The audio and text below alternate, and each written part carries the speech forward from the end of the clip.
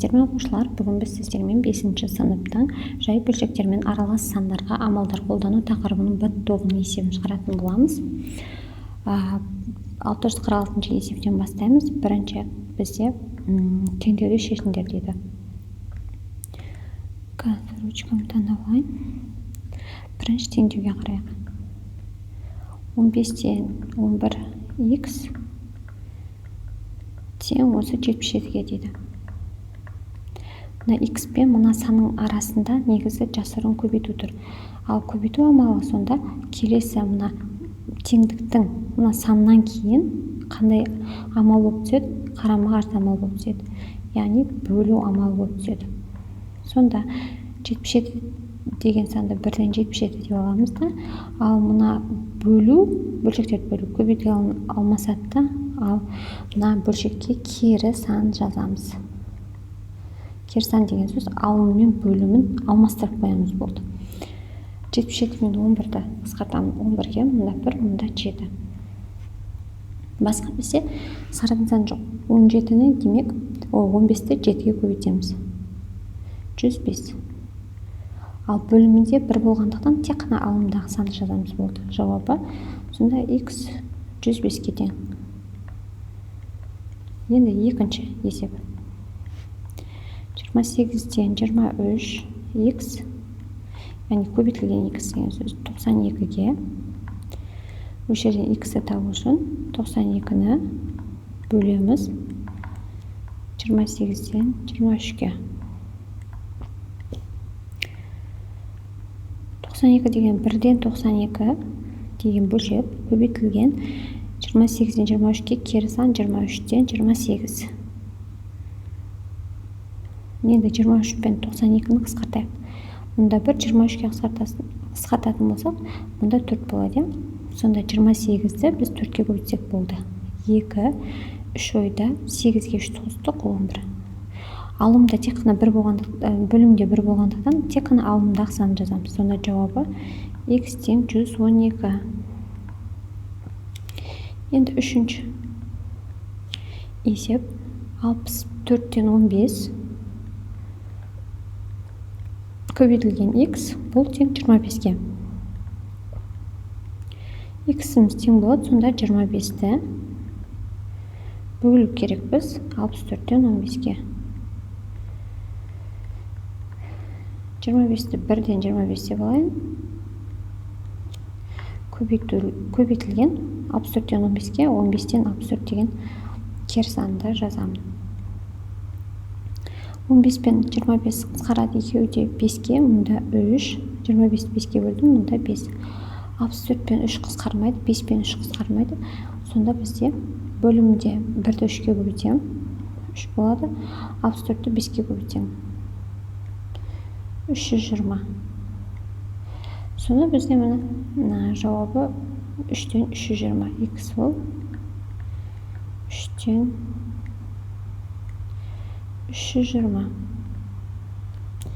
Енді төртінші есеп шығарайық. 5,3-тен 1 көбейтілген x бұл тең 8,9-дан 8-ге. X-ті табу үшін 8,9-дан 8-ді бөлеміз 5,3-тен 1-ге.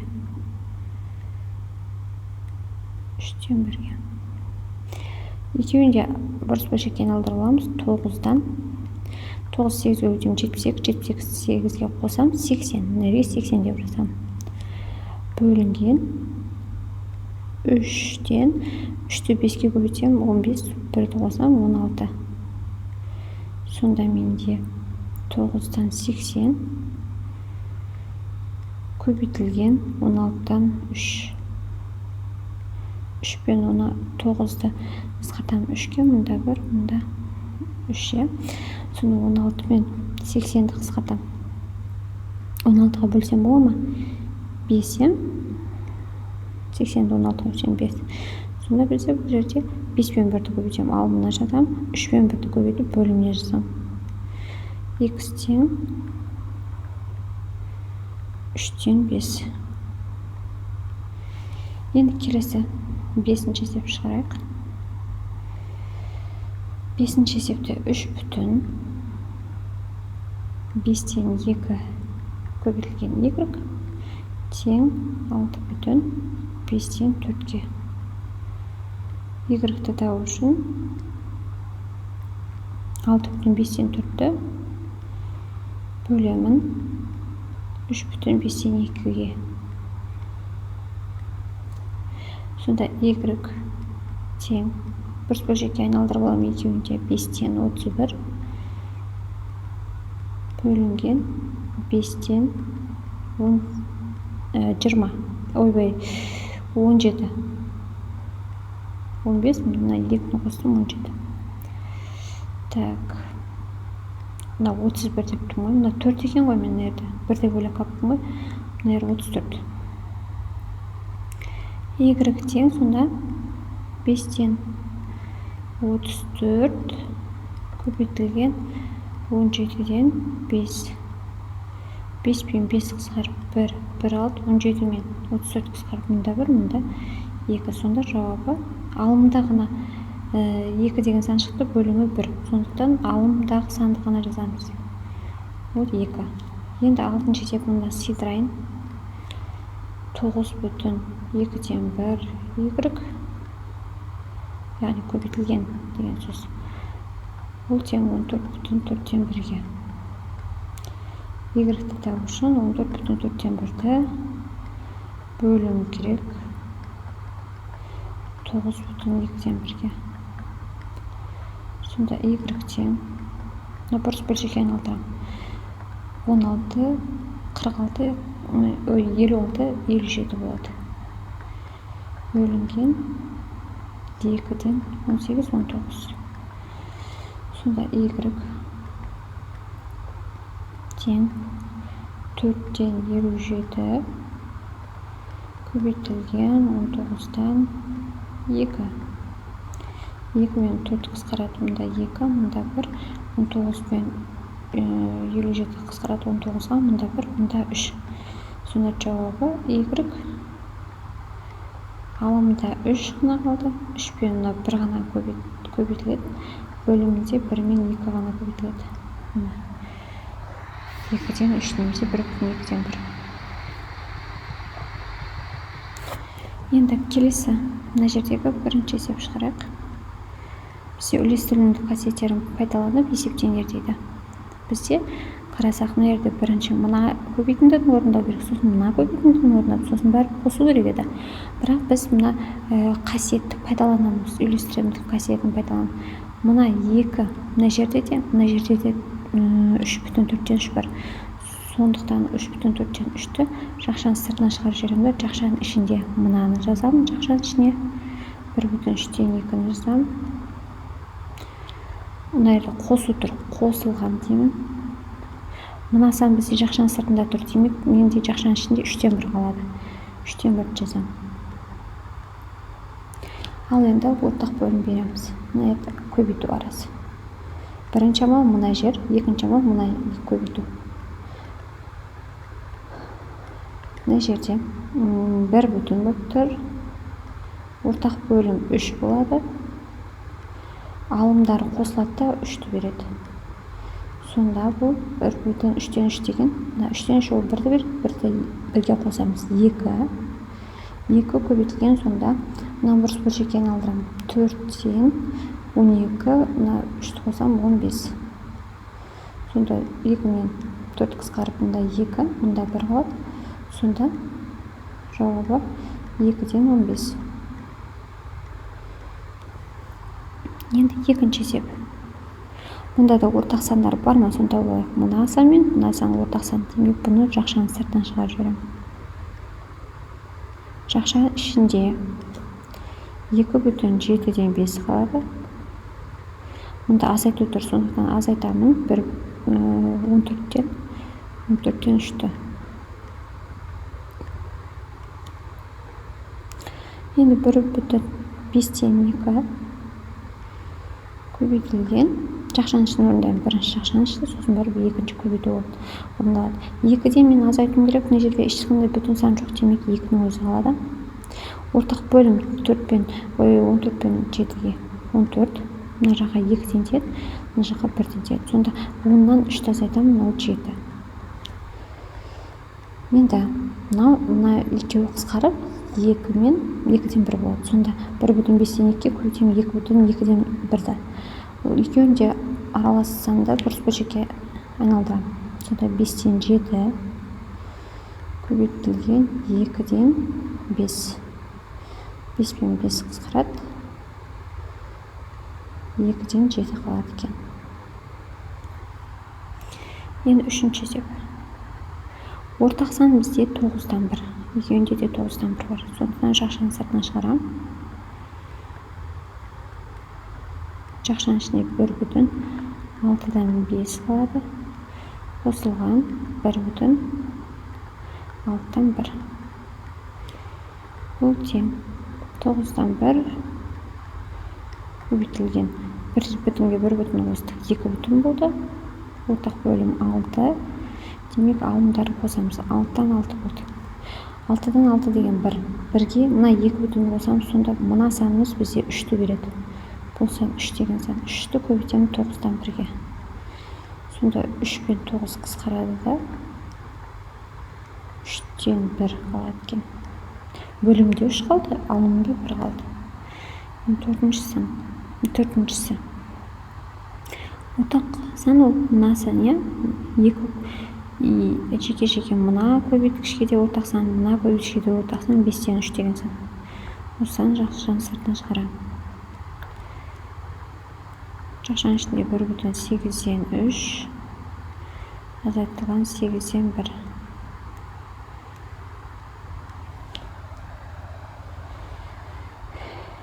5-тен 3 көбейтілген 1,8-ден 1 болады. Ортақ бөлім 8, 3-тен 1 азайттық 2. Сонда 2 мен 8 қысқарта салсақ 1, бүтін санға тиіспейміз. Сонда 5-тен 3 көбейтілген 1,4-ден 1. Осы санды біз бұрыс бөлшекке айналдырамыз. 4-тен 5 деген. Сонда 5 пен мына 5 қысқарады 1 қалады. Сонда бұл жақта 4-тен 3 ғана қалды. 4-тен 3 қысқармайды ол сияқты. 4-тен 3 деп жаздық. Енді келесі есеп өрнектерді ықшамдап мәнін табыңдар дейді. Алдымен бізде бірінші есепте қосып аламыз мына екеуін. Себебі екеуінде де А тұр. Яғни бұлар ұқсас мүшелер. Ұқсас мүшелерді бірінші алдымен қосып аламыз, сосын барып аның орнына 14 қоямыз. Сонда бізде біріншісінде 6,1-ге 1,1 қостық 7 бүтін. 7 мен 2-ге ортақ бөлім 14. Мен берілген жазбай бірден шығарып жатырмын. Мына жаққа 2-ден тисе, мына жаққа 7-ден тиеді. Сонда 6-ға қосамын 7-ні. Сонда бұл 7 бүтін 14-тен 13. 13. И бұлар А әріптері ғой, сондықтан көбейтілген А. Яғни араларында көбейту деген бар. Енді мына осы санға 7 бүтін 14-тен 13-ке көбейтуіміз керек. Біз 14 деген санды. Так, мына жерге жазайын. 7 бүтін 14-тен 13 дегенде біз аралас санды бұрыс бөлшекке айналдыра аламыз. 7-ге көбейтсек 28, мына жаққа жазайын. 28, 2 ойда 7, 98, 13-ті қосам 111. Осыған көбейтуім керекпін 14-ті. 14 пен 14 қысқарып кетеді, міне 111-дің өзі қалады екен.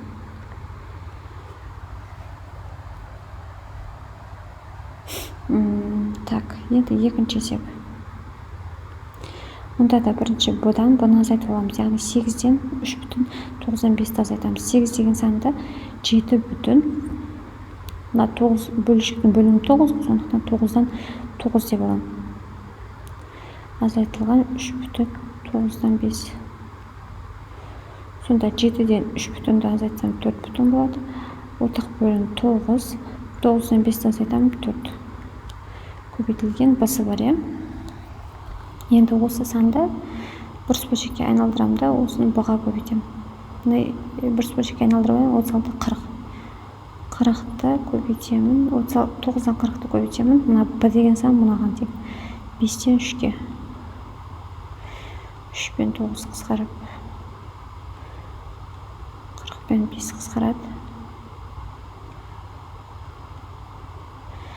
Сонда 3-тен 8 ғана қалады екен. Енді үшінші есеп.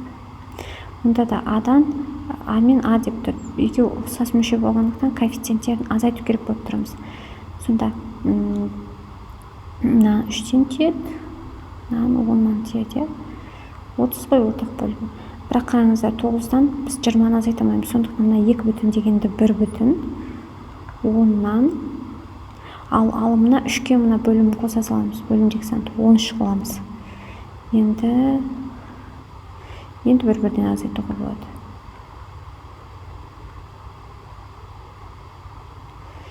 Сонда 1 бүтін 30-дан ортақ бөлім 30, 39, 39-дан 20-ны азайттым 19.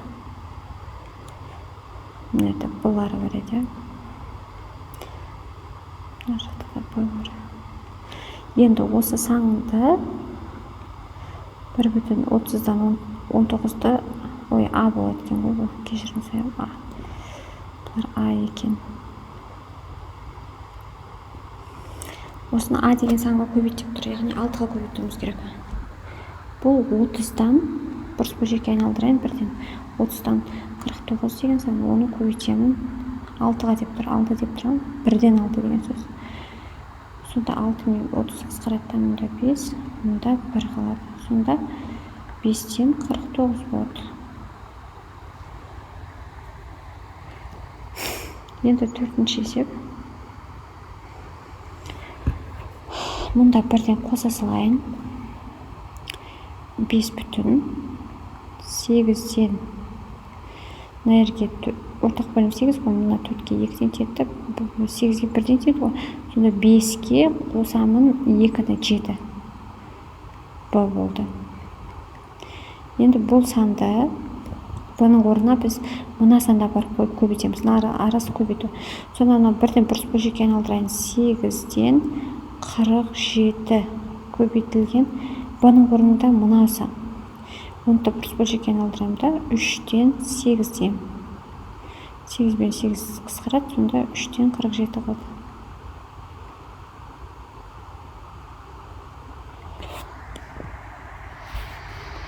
Енді келесі есебіміз.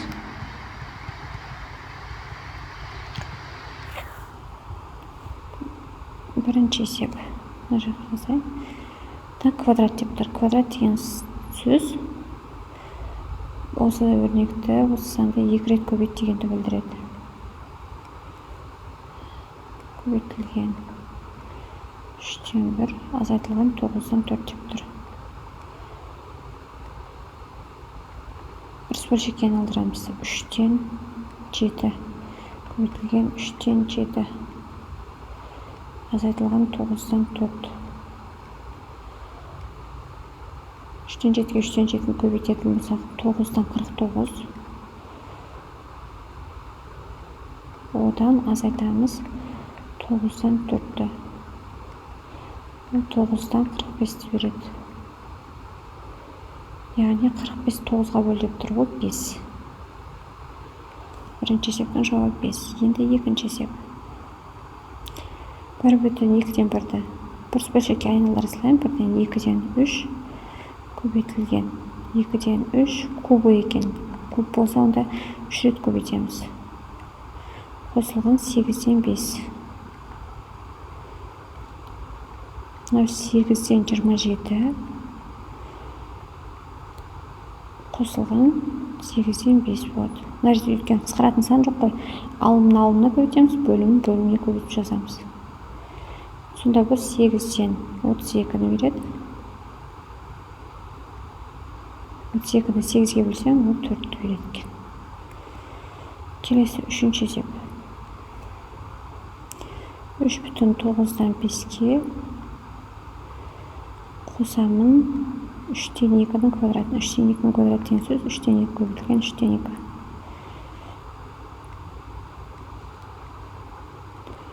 3,9'dan 5 қосылған 9'dan 4. Өйткені 3 пен 3-ті көбейтесің, 2 пен 2-ні көбейтесің, сонда 4 шығады. Мына жақта ал бөлімде 9. 3 бүтін ортақ бөлім 9, 5-ке 4 қосам, ол да 9. Сонда 9-дан 9 ол 1-ді береді, 1-ге 3-ті қостық, ол да 4-ті береді. Енді 4-ші есеп. 2-ден 1-дің 4 дәрежесі. 2-ден 1 4 рет көбейтсек, онда 2-ні 2 көбейтілген 2 көбейтілген 2 көбейтілген 2, яғни 4 рет көбейтілген кезде ол 16 болады. 1-ді 4 рет көбейтсең ол 1.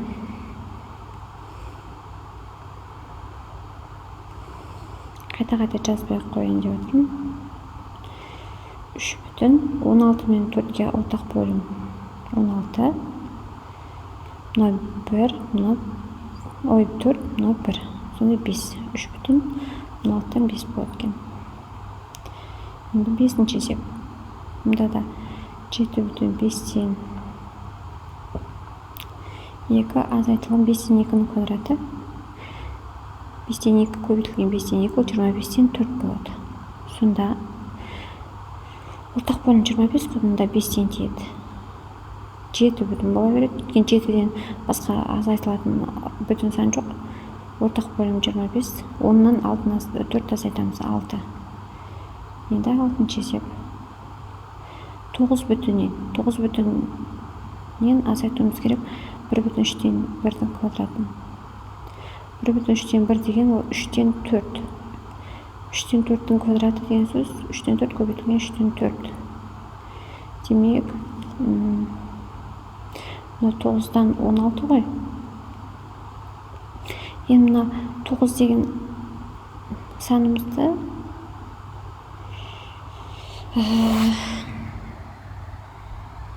жарайды, 1-ден 9 деп жаза берсек те болады. 1 мен 9-ға ортақ бөлім 9. Мына жаққа 1-ге 9-дан тиеді, 9-ға 1-ден тиеді. 81-ден азайтамын 16-ны. Сонда 65 қалады ма? Мына жақта 9 қалады ма? 9-дан 65 қалады екен.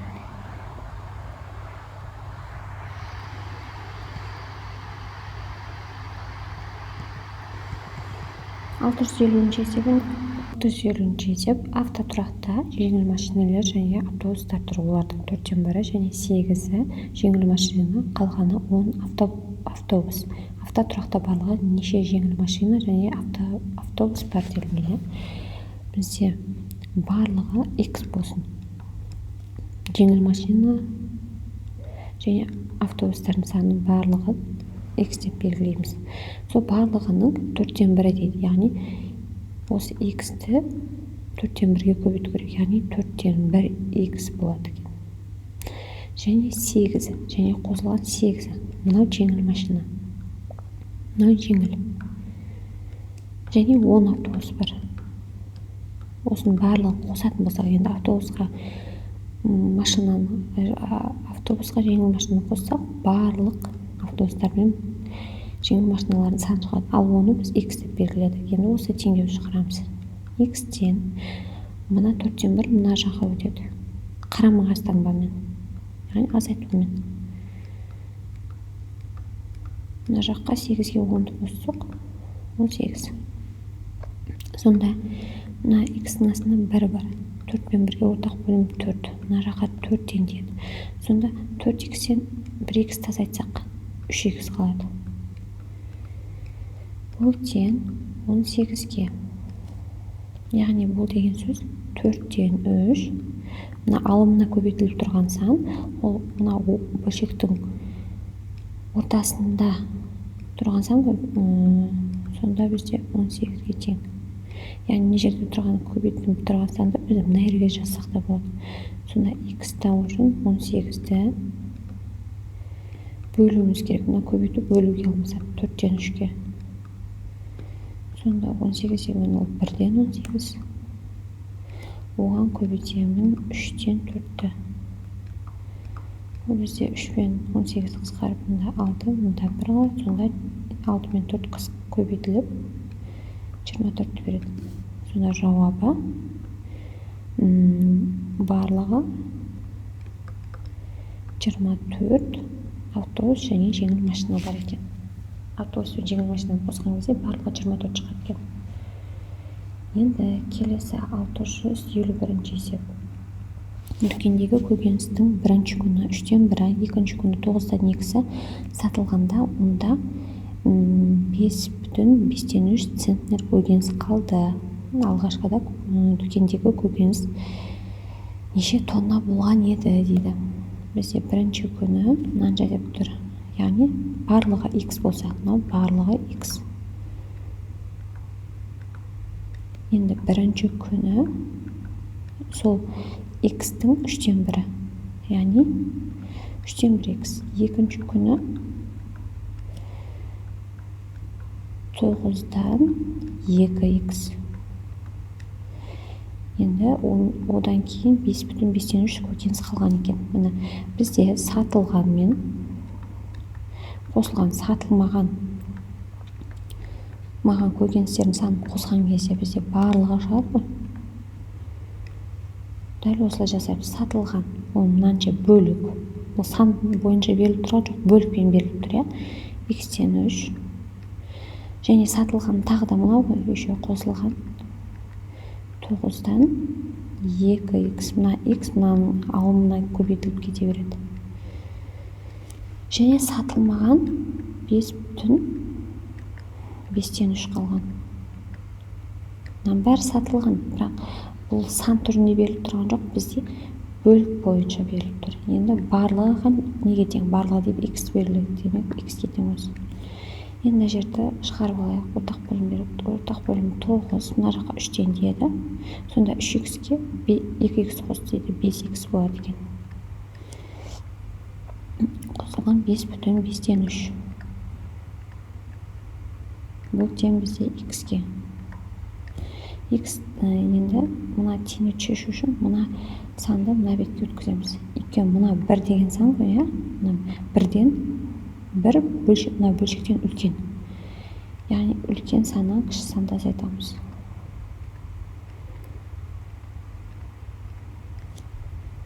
Өйткені мына бөлшек қаяқтан 1-дің үлкен екенін білдік. Себебі мына бөлшек қарасаңыздар дұрыс бөлшек, ал дұрыс бөлшектің кез келгені 1-ден кіші болады. Енді мына астында 1 бар деп ойлаймыз. Сонда 9 пен 1-ге ортақ бөлім 9, мына жаққа 9-дан тиеді. 9x-тен 5x азайтсақ 4x. Яғни 4x деген мына жерге x-ні мына жерге жазып қояйық. Мынаны дұрыс бөлшекке айналдырамыз. 5-тен 28. Енді x-ті табу үшін 5-тен 28-ді 28-ді бөлеміз 9-дан 4-ке. 5-тен 28 көбейтілген 4-тен 9 болады. 4 пен 28 қысқарып, мұнда 7 қалады, мұнда 1 қалады. Басқа қысқаратын сандар жоқ. Демек 7-ні 9-ға көбейтсем 63 деймін. Мына жақта 5 деймін. Сонда алғашқыда дүкендегі көкөніс неше тонна болған еді? Бізде алғашқыда сонда жауабы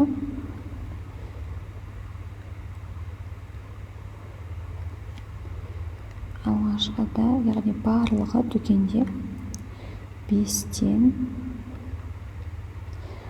63 центнер болған екен. Бұны біз центнерді килограммға да айналдыра аламыз. Ол үшін 100-ге көбейтуіміз керек.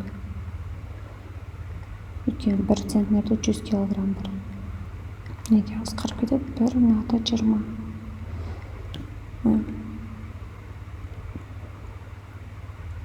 20 сонда.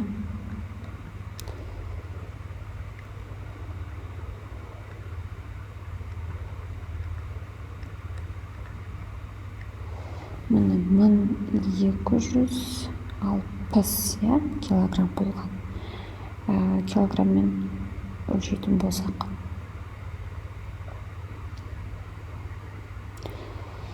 Енді тоннаға өткізетін болсақ, 1 тонна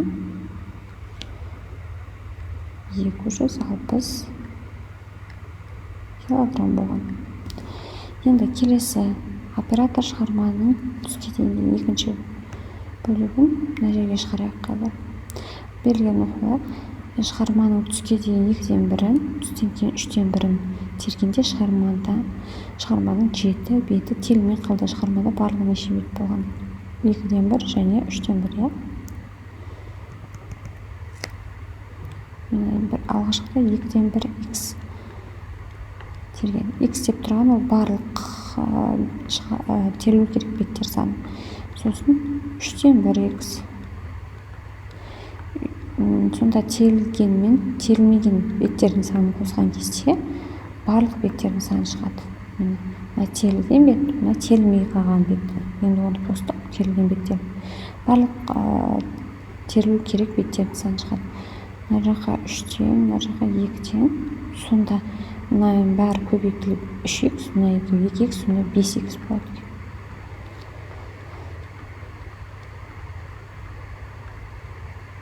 Сонда x-тен мына санымыз мына бетке өтеді. Азайту таңбасымен 7. Мына жаққа 6-дан теді, өйткені астында 1 бар да. Сонда 6-дан 1 x болады екен, өттен 7-ге. X табу үшін 7-ні бөлеміз 6-дан 1-ге. 6-дан 1-ге кері сан ол 6. Демек, бөлі көбейтілген сәт мына бөлшекке кері сан жазылады. Сонда бізде 42 шықты.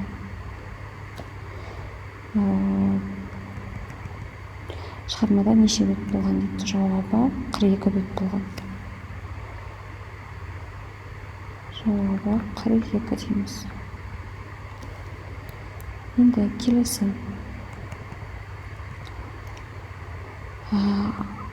652-ші есеп. Ұзындығы 7,2-ден 1 метр, биіктігі мынанша метр қабырғаға бір орамның ұзындығы 12 метр, ені 4-тен 3 метр болатын неше орам түс қағаз керек дейді. Алдымен біз мына қабырғаның, мына бір қабырға берілген екен, осының тауып алуымыз керек ауданын. Бізде қабырға деген тіктөртбұрыш болады, ал тіктөртбұрыштың ауданын табу үшін а мен b-ны көбейтеміз. Бұл жерде а болып тұрған ұзындығы мынау, биіктігі мынау болып тұр. Яғни 7,2-ден 1-ге көбейтеміз 2,5-тен 2-ні. Екеуінде бұрыс бөлшекке айналдырыламыз. 2-ден 15 көбейтілген 5-тен 12. Сонда мынау қысқарады. Мынау қысқарады. 18 қалады екен. Алымы 1 болғандықтан, тек бөлімі 1 болғандықтан алымдағы санды ғана жазамыз. 18 метр квадрат. Ал енді түс қағаз бір орамның, яғни мындай обоя орам үлкен осылай шыға береді, осы орам. Соның ұзындығы 12 метр. Бұл жерде де олардың ауданын тауып аламыз. Түс қағаз деп қояйын. 12-ні көбейтемін 4-тен 3-ге. Неге қысқарып кетеді? 3, мұнда 1, сонда 9 метр квадрат. Енді мына бізде бөлменің ауданы 18 квадрат, бөлменің ауданы емес, қабырғаның ауданы болып тұрайық. 18 метр квадратты, түс қағазда жалпы 9 метр квадрат бар екен. Осыған бөліп жібереміз. Сонда бізде 2 орам түс қағаз керек екен.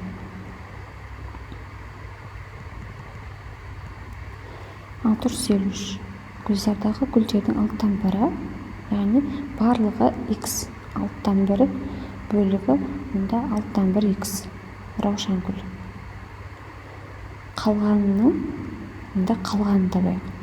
барлығы x болса 6-дан 1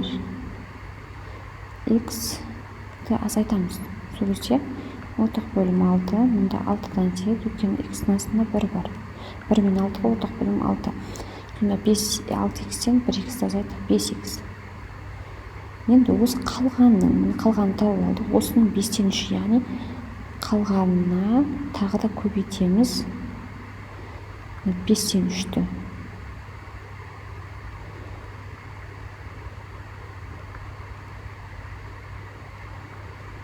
Сонда 2-ден 1 деп 2-ден 1x 2-ден 1x ол қалампыр болады екен. Қалампыр. Енді қалған түп әртүрлі гүлзарда барлығы неше гүл дейді. Бұл жерде де жоғары жақтағы есеп сияқты шығарамыз. Қалампыр ол бізде 6-дан x, сосын раушан гүл. Қалампыр ол 2-ден x және қалған ол 120 түп бар. 120 түпті де қосамыз әртүрлі гүлдерді. Сонда барлық гүлдердің түбі общий саны шығады. Осы енді мына 1x-ке 3x қостық, 4x болды. Қосылған 120 өтем x-ке. Бұл да тура жаңағы алдындағы 2 есеп сияқты шығады екен. Мына 6 мен 4-ті қысқартып алайықшы 2-ке. Сонда бізге жеңіл болсын есептеуіміз. Осы 120-ға. Сонда ортақ бөлім 3-тен тисе, 3x-тен 2x азайтсақ 1x, яғни бір ғана x. 120-ға тең. Енді x-ның өзін табу үшін 120-ны 3-тен 1-ге бөлеміз. 3-тен 1-ге.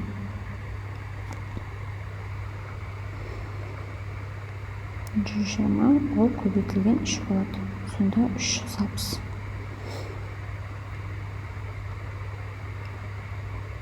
Жауабы барлығы 360 гүл болған екен. 360-тың 6-тан 1, яғни 6-тан 1 бұл 60 бүкіде раушан гүл екен. 2-ден 1 180 ол қалампыр. Сонда 60-қа 180 қосты, 240-қа 120-ның әртүрлі гүлдерді қосқанда 360 шығып тұр. 654 есеп. Фермер жерінің 5-тен 2-сін мал жайылымына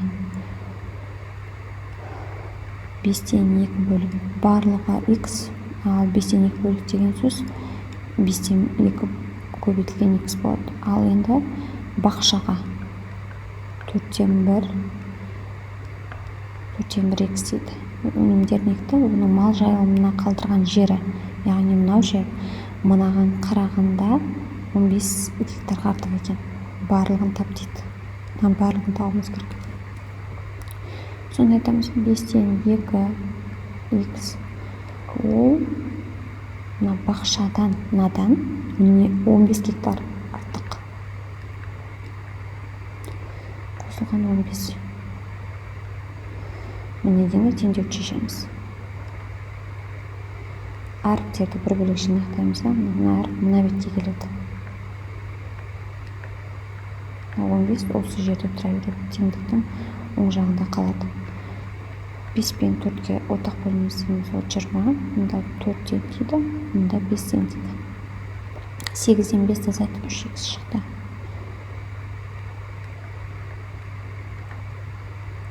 Сонда x-ті табу үшін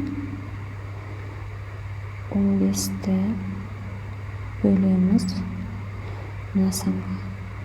X-ның алдындағы санға бөлеміз.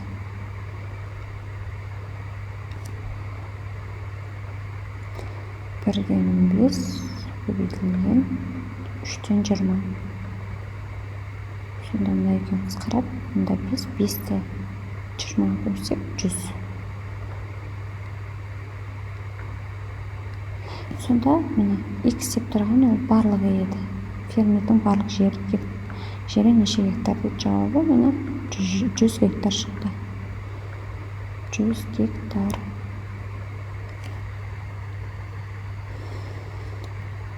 Енді келесі 655 есеп. Мына жақта мейлінше орынды үнемдеу керек есеп. Онда бірінші амал мынау, сосын екінші амал мынау, үшінші амал мынау, бөлу амалы, сосын барып төртінші амал мынау.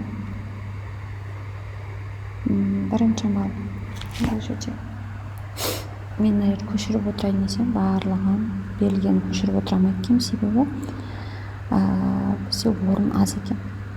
Мысалы мына жерде 4-тен 2-ні азайтсақ 2 бүтін, ортақ бөлім 3 пен 8-ге 24, мына 8-ден тисе, басқа түспен белгілеп жазайын енді.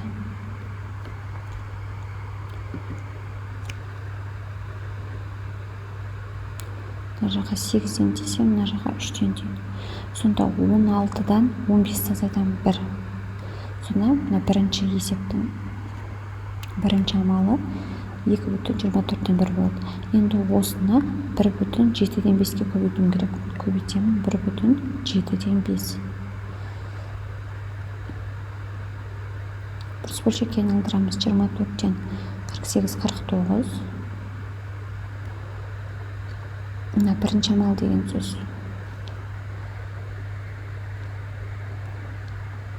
Көбейтілген 7-ден 12.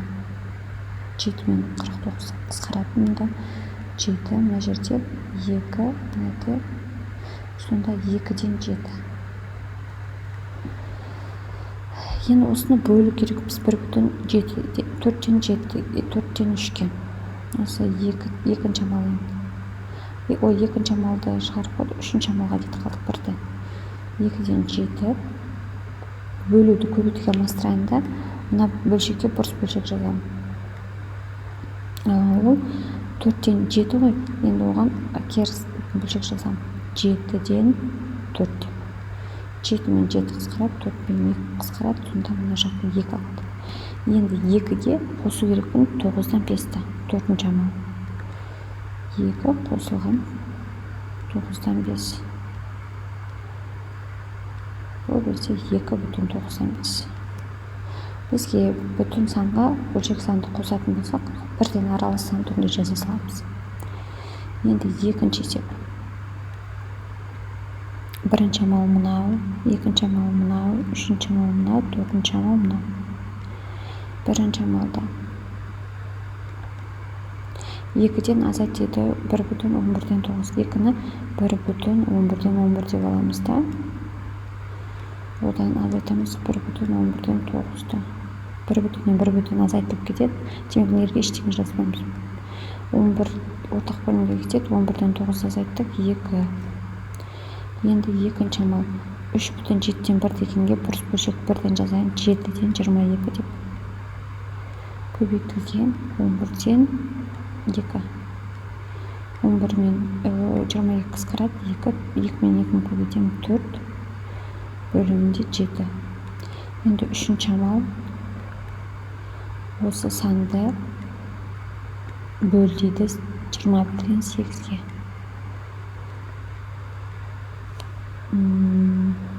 7-ден 4 көбейтілген 8-ден 21 болады. 21 мен 7 қысқарады. 1, мұнда 3, 8 мен 4 қысқарады. 1, мұнда 2, сонда 2-ден 3. Енді төртінші амал 2-ден, мынадан 2 дегенді 1 бүтін, мына жердегі бөлшек азайтылу керек бөлшек мынау, яғни бөліміндегі санды, ал мынада бөліміне жазамын. Мына сан бұрыс бөлшекке айналдырсақ 1,2-ден 1. 1,2-ден 1 деген сан. 1,1-нен 1 азайттық, бүтін сан жоқ болады. Ортақ бөлім 2, алымда 2-ден 1 азайттық, 2-ден 1. Жауабы 2-ден 1 шығады. Енді үшінші есеп. Бірінші амал мынау, екінші амал мынау, үшінші амал мынау, төртінші амал мынау. Сонда бірінші амал 15 пен 12-ге ортақ бөлім негізі 60 болады, иә. Мына жаққа 4-тен тисе, мұнда 5-тен тиеді. Сонда 2 бүтін 28-тен 25-ті азайттық. 3. Енді мына 2 қысқарады. 3-ке қысқарады. 2 бүтін 20-дан 1. Енді екінші амал. 4 бүтін 10-нан 1-ді, яғни 1-ден бұрыс бөлшекке айналдырайын. 10-нан 41. Оны бөлу керек дейді. Демек көбейтемін. Мынаны бұрыс бөлшекке айналдырсақ 20-дан 41. 20-дан 41. Оған мынаған керіс сан жазамын. 41-ден 20 деп. Мыналар қысқарады, иә. Сонда жауабы 2 қалатында. Енді осы үшінші амал. 2-ні көбейту керекпін 6-дан 5-ке. 2 қысқарады. 1, мұнда 3. Сонда 3-тен 5. 3-тен 5 деген ол 1 бүтін 3-тен 2 деген сан. Енді 4-ші амалды мына жерге жаза салайын. 2 бүтін 3-тен 1-ге қосамыз 1 бүтін 3-тен 2-ді. Сонда 1 бүтін мен 2 бүтін қосылып 3 бүтін болады. Ортақ бөлім 3, 1-ге 2-ні қостық 3. Сонда 3-тен 3 деген ол 1-ді береді. Мына 3-ке қосылып 4-ді береді екен. Мына жоқ бітті. Үшінші есебіміз ол 4 болып шығады екен. Енді 4-ші есеп жазайық. Бірінші амал мынау, екінші амал мынау, үшінші амал мынау, төртінші амал мынау. 2 бүтін 6-дан 1 қосылған 15-тен 8. 2 бүтін болып тұра береді. 15 пен 6-ға ортақ бөлім 30. Мынаған 6-ға 5-тен тиеді,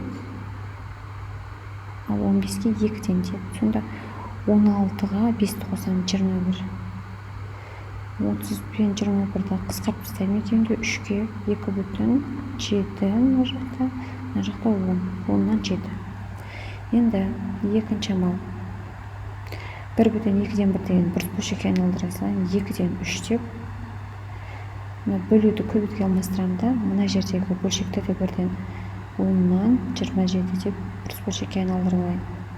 Енді осыған керіс сан жазамын. 27-ден 10-ды.